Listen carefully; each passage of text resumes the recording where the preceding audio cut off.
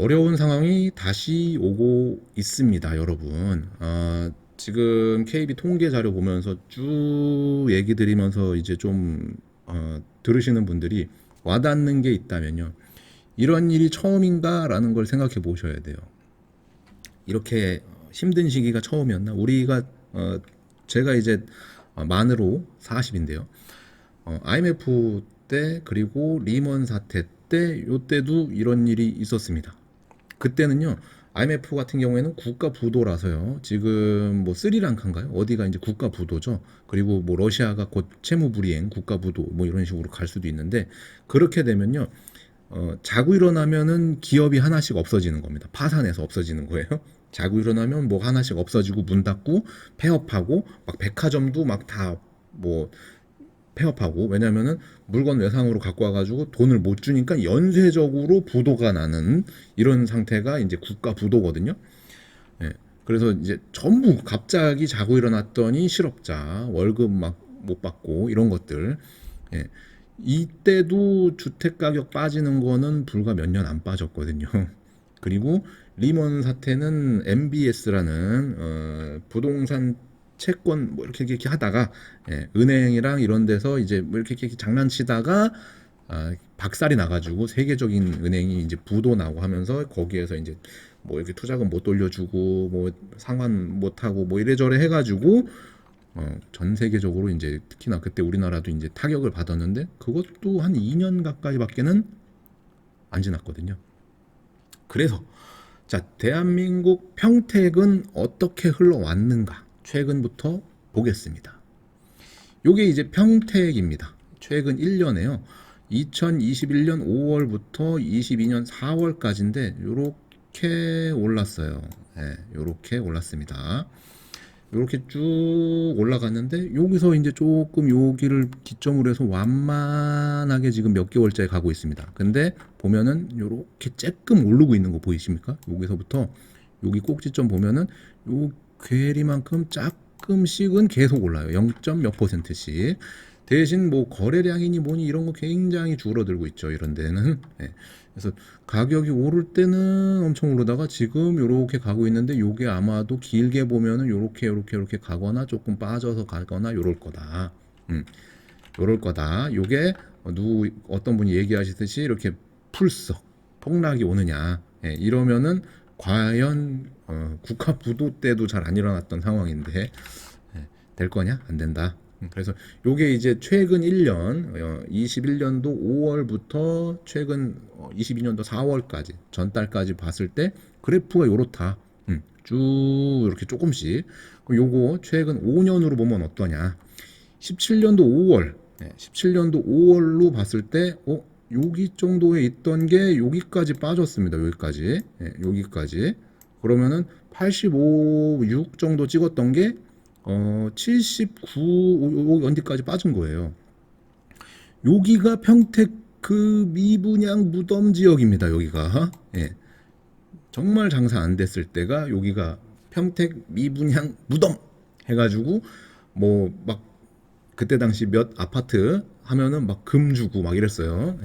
금 주고 그리고 막 그 분양 업체에서 주택에 임차인 맞추려고 뭐 엄청난 인원 동원해가지고 막 그 입주하고 막 그랬죠. 그때 엄청 싸게들 들어가셨어요. 그래서 여기 언저리에 입주하신 분들이 여기 언저리에 입주하신 분들이 지금 시장에 나왔더니 전세나 월세 가격이 거의 2배 올랐어요. 거의.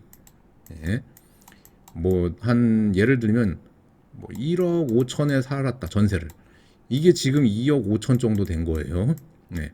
월세를 천에 뭐 한 60이나 50 얼마에 살았다. 60만 원짜리가 지금은 130만 원 가까이 된 거예요. 이게 120만 원 정도. 불과 2년 만에. 그래서 여기에서 이렇게 올라가니까 그랬다. 그럼 요게 지금 약간 늘어질 것 같은데 요렇게 그러면은 현재 상태는 어쨌든 간에 조금씩은 유지하면서 이렇게 간다는 얘기거든요. 이거 이렇게 안 내려올 것 같습니다. 이거 이렇게 다시. 왜냐면 요때도 이렇게 완만하게 내려가거든요. 자, 요거 그러면 1년치 봤잖아요. 1년 동안은 계속 올랐네. 그죠? 근데 한 5년치 보니까 이거 쭉 내려갔다가 올라갔다가 하는 요 구간. 예, 요 구간은 누군가는 굉장히 힘든 상황에 집을 팔았거나 또는 집을 팔고 이제 무주택자가 되어서 월세나 뭐 이런 걸로 바꿨거나 뭐 하셨던 분들이 계셨겠죠? 요게 기간으로 보면은 한 2에서 3년 정도입니다. 요게 평택에. 뭐 한 2018년도부터 2020년도 후반기까지 정도 되는 거거든요. 예, 요 정도 기간에. 요게 평택의 2, 3년 암흑기거든요. 다시 올까? 요 암흑기가 제가 봤을 때 요거 그냥 요렇게 보합 정도에서 이렇게 거의 갈 것 같은데. 그럼 요거 10년으로 보면 어떨까요? 평택의 주택 그 지수를 10년으로 봤을 때 2012년 5월입니다. 이때 평택시 인구가 얼마 안 됐습니다. 뭐 한 20만쯤 됐을까? 지금 57만인데, 예. 요게 75 언저리에 있죠, 지금? 근데 요게 요렇게 올라갔어요. 왜냐면요, 이제 삼성 고덕 국제신도시 막 이런 게 그때 막 뭘 했거든. 예. 인구가 막 들어오기 시작했거든요. 그때. 예. 그러면서 요게 이제 보합으로 가고 요렇게 그리고 요게 그 리먼 사태 끝나면서 요렇게 금리 막 인하하고 했던 효과들이 나타나고 하면서 정부에서 빚내서 집 좀 사라 했던 게 요 무렵이에요. 요 무렵. 그리고 여기 이제 정권이 바뀌면서 요렇게 된 겁니다. 예. 그리고서 요게 요렇게 치켜 올라간 거예요. 자, 그러면 포인트 있죠? 지금 여기에서부터 보면 올랐다가 떨어졌어요. 요 근 몇 년 동안 올랐다 떨어지고 다시 올랐거든요. 그러면 요게 평균을 내면요. 75에서 지금 100까지 점을 연결하면 이렇게 되는 겁니다. 이렇게. 저번에도 늘 말씀드렸잖아요. 예, 요 그래프에서 요게 빠졌잖아요. 요거는 어떻게 보면 기회의 장이다. 왜냐하면 이 떨어진 폭을 한 번에 회복해 버리니까. 예, 이때는 천천히 올라갑니다.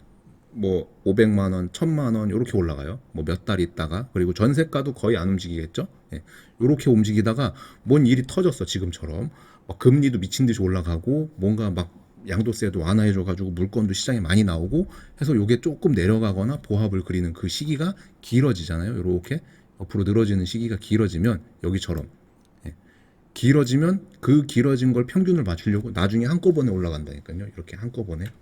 그래서 결과적으로 요 끝과 끝을 했을 때는 우상향 그래프를 그리는 겁니다. 이렇게 하면 잘 와닿지가 않을 수 있어서 최근 10년짜리를 더 늘려봤어요. 요거는 이제 2003년도부터 보는 겁니다. 2003년 6월부터. 자, 2003년 6월에 평택이 여기 있었네? 지금은 여기 있네? 전체적인 그래프 제가 설명하는 게 틀립니까, 지금? 요렇게 봤을 때? 이게 기회입니까, 아닙니까, 요거? 네, 요거. 요때 집 사신 분들 돈 버신 거잖아. 그죠? 남들이 공포에 질려서 집을 매도하셨던 분들이 울고 그때 아예 모르겠다 집은 필요하니까 사자 해서 미분양 잡으셨던 분들이 돈 버신 거잖아요. 예. 요거 예. 전체 그래프를 봤을 때 이렇게 되고 요게 누군가가 얘기하는 것처럼 폭락해? 그러면 집 사야지. 예. 왜냐하면 이 떨어진 기간만큼만 버티면 다시 이렇게 올라갈 텐데 평균 맞추려고 다시 올라갈 텐데 맞잖아요. 다만 요 이 근 2, 3년을 여기 상승 전까지니까 2, 3년을 정신력으로 버텨야겠죠. 정신력으로 나는 할 수 있다 뭐 이런 식으로 그리고 꼭 될 거다라는 식으로 버티면서 가야겠는데 제가 봤을 때 다른 지역들은 모르겠습니다. 뭐 위에 안성, 뭐 오산, 화성 이런 데 밑에 천안, 옆에 당진, 아산 이런 데까지 다 봤을 때도 다른 데는 제가 잘 모르겠지만 평택만 놓고 본다면은 지금 만약에라도 이게 옆으로 횡보를 하면은 나중에 평균 맞추려고 다시 올라갈 확률이 높다. 전체적으로 2003년이면요 20년 전, 19년 전 것까지 봤을 때 전체적으로는 이렇게 흘러가고 있고요. 이거는요 평택시 인구 그래프하고 굉장히 비슷해요. 앞으로 평택시 인구가 57만에서 90만이 된다면요 이건 어쩔 수가 없는 흐름입니다. 더 이렇게 여기서 이렇게 보합을 그리더라도 계속 횡보를 하더라도 결국은 그 인구로 인해서 집은 필요하신 분들이 있기 때문에 사기 시작할 거예요. 그때는 다시 금리도 내려가고 있겠죠. 그럼 그때까지 나는 무주택으로 있을 거냐? 아니면 그냥 뭐 2, 3년 말씀드렸잖아요. 2, 3년 걸렸다고. 전세를 2년 살고 연장해서 4년을 살지. 아니면 그냥 집을 살고서 5억짜리 샀는데 4억 됐네. 그럼 뭐 어쩌라고. 네. 나중에 좀 지나면은 그래도 뭐 가격은 다시 5억이 되든가 좀 더 올라가든가 이럴 텐데. 그죠? 제 생각은 그래요. 그래서 지금 시장이 너무 안 좋고 가격이 막 내려가고 있고 막 걱정에 막 근심에 뭐 이렇게 하시는 분들, 물론 은행에 대출도 너무 많이 쓰셨고 달달이 나가는 돈도 늘어나고 생활은 점점 팍팍해지고 하셔가지고 다주택이신 분들이 그런 걸로 인해서 주택을 처분하는 거에 대해서는 뭐라고 못합니다. 하지만 지금 뭐 어떤 분이 아까 질문 주신 것처럼 1주택자 어떻게 해야 되냐, 그냥 살아야죠. 이럴 때일수록 요렇게 이게 그 경기가 안 좋을 때 있죠. 오히려 전세를 구하려고 하시는 분들이 더 많다니까요. 이럴 때. 근데 전세 살고 나와 봤더니 집값은 영인의 엄마는 그때 집 사가지고 부부싸움 하는 거예요. 어쨌든 집은 있어야 돼요. 내가 전세를 살든 월세를 살든. 그러니까는 1주택자분들은 좋은 데로 갈아타시든가. 왜냐면은 시장에서 그 경쟁자들이 많이 없는 상태에서 내가 좋은 집을 살 수 있는 기회니까. 경쟁자가 막 서로 박 터져가지고 막 서로 막 하려고 할 때는 힘들잖아요. 근데 역으로 생각해 보면은 경쟁자가 없을 때 좋은 위치를 선점해 볼 수 있는 기회이기도 합니다. 그래서 평택에 1년, 5년, 10년 그리고 거의 20년 가까이의 그래프를 봤어요.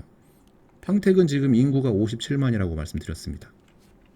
길게 보면요 90만이 될 거거든요. 지금의 배. 그리고 90만은 평택시가 당초 경기도에 얘기했던 것보다 약 30만을 낮춘 거예요. 알고 계십니까? 당시 경기도에다가 제출했던 거는 평택시 인구를 120만을 책정했었어요. 120만 광역시. 예.